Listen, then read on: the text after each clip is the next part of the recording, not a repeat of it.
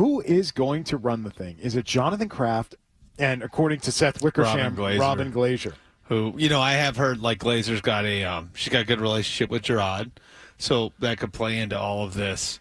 But what do they do there? Like, hey, we're looking at free agent wide receivers. Who do you like? But I don't. What are we doing? Honestly, like I honestly believe like Jonathan has. I don't think Jonathan has any interest in like scouting or picking play. I don't think that's like his. I think maybe he has an interest in the analytics part of it. Good, that's a good thing. But I don't. But I don't think he's. I don't think he's going to be swooping in and like saying like, well, like.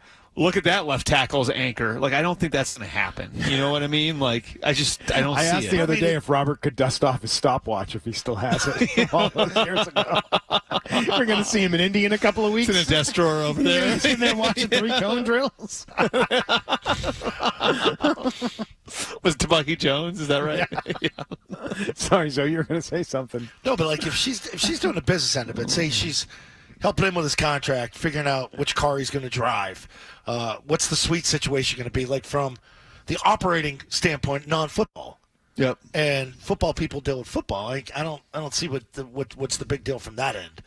But why is she down there with Jonathan in the season asking coaches about coaching decisions? That seems wild. Do you really think that was the case? It's like there's parts of this stuff like I believe and parts I just don't believe. I said, what did I say the other day? I hope that Wickersham's source on this is full of crap. Right, quickly, and made that up. And quickly, Jonathan, through Tom Curran said, I don't want that final football decision. I'm not interested. Yeah, I don't because he's probably sensitive to that perception. I think both the Crafts are very sensitive to that perception, and should be because of the Jones. There's an easy way to get rid of it. Yeah, the easy way to get rid of it is put someone in charge. Hire a GM. Yeah. Because this is what opens the speculation when you aren't hiring somebody into these roles and you aren't empowering people and you leave it vague who's in charge and who has final say. That opens the door for everybody on this station from 6 to midnight to speculate about it, right? Which is exactly what you're left to do if you don't have answers on it. This team is never not interesting, Bert. No, they are. That's for sure. Yeah. They always give us something. It's crazy. They can't carry every minute. Yeah, and I think like the way this is structured. I mean, I had that line. I don't know if I've used it with you guys yet, but I had that line in my column a couple of weeks ago when I was somebody who's involved in coaching carousel stuff and everything else. He said to me, he goes, like, there's a lot that they're going to have to build out because Bill had smaller staffs and coaching, smaller staffs and scouting, no analytics department. And then he made the comment, he said, if you hired somebody from Philly into there, they would think they landed on Mars. And, like, that's part of the question, too, I think, here is, okay, like, so Bill liked it a certain way where you had a smaller scouting staff, you had a smaller coaching staff, and that worked for him for a long time, right? Do you need to build it out more? Do you need to modernize analytics? Do you need to modernize sports science? Do you need to do these things that, I mean, quite honestly, 3/4 of the teams in the league have now? I think it's an interesting question because Bill, again, handled so much here and I think did the jobs of multiple people. Like, replacing Bill Belichick is not a one-man job, if that makes sense. Right. He was doing maybe the work of 3 different people. Right. And so it's not just about that one guy. Who's going to be this team's offensive coordinator?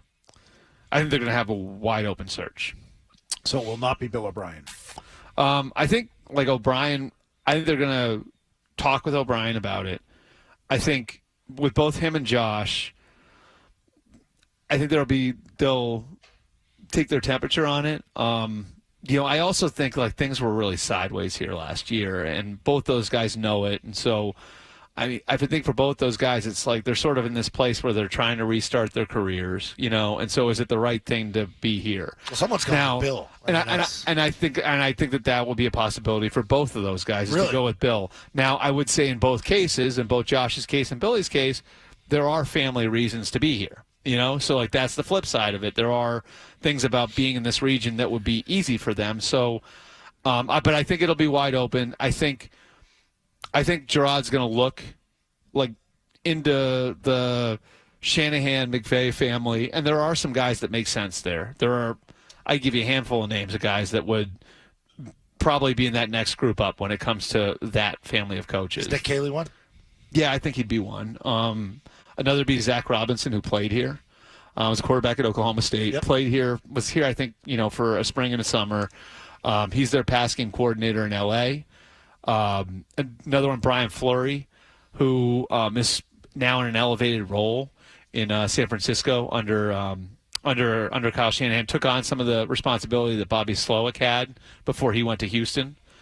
So those would be some names to start with. You could also look at a more experienced name. Maybe it would make sense to bring in somebody who has experience because, and that's like Kellen Moore, right? Like, do you make a phone call to Kellen Moore, who's been in Dallas and with the Chargers the last few years and has called plays for a while, right? Like, would you rather do something like that? He's out there. He's fired, right?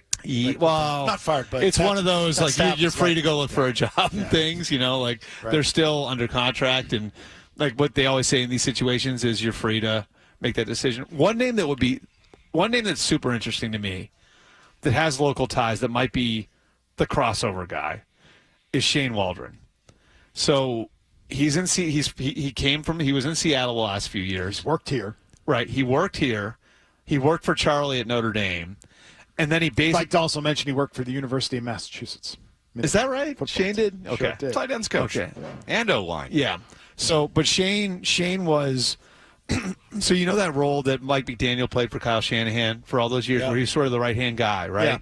So this is sort of an inside baseball type of story, but so Sean coming up under Kyle saw that and saw McDaniel's relationship with Kyle and how that was almost like McDaniel was like the other side of his brain, right? Like we'd bounce stuff off of, he'd trust, he would empower.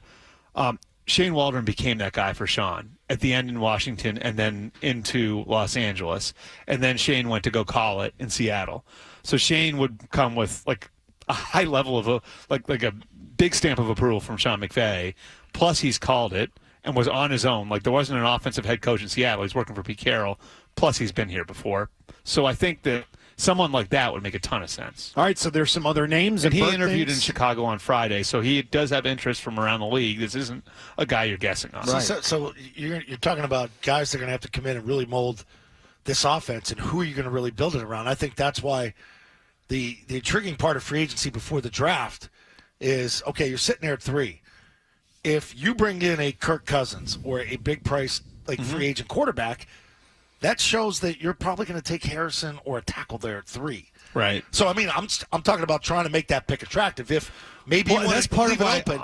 If you don't sign a quarterback in free agency, we're taking a quarterback at 3. So now all of a sudden we're showing that, hey, if you want that third pick, we're open for business, but we're probably going to take a quarterback if you want one. Let's pick this up on the other side. To me, that's the advantage of doing this now, of moving fast with the coaches. Yeah. All right.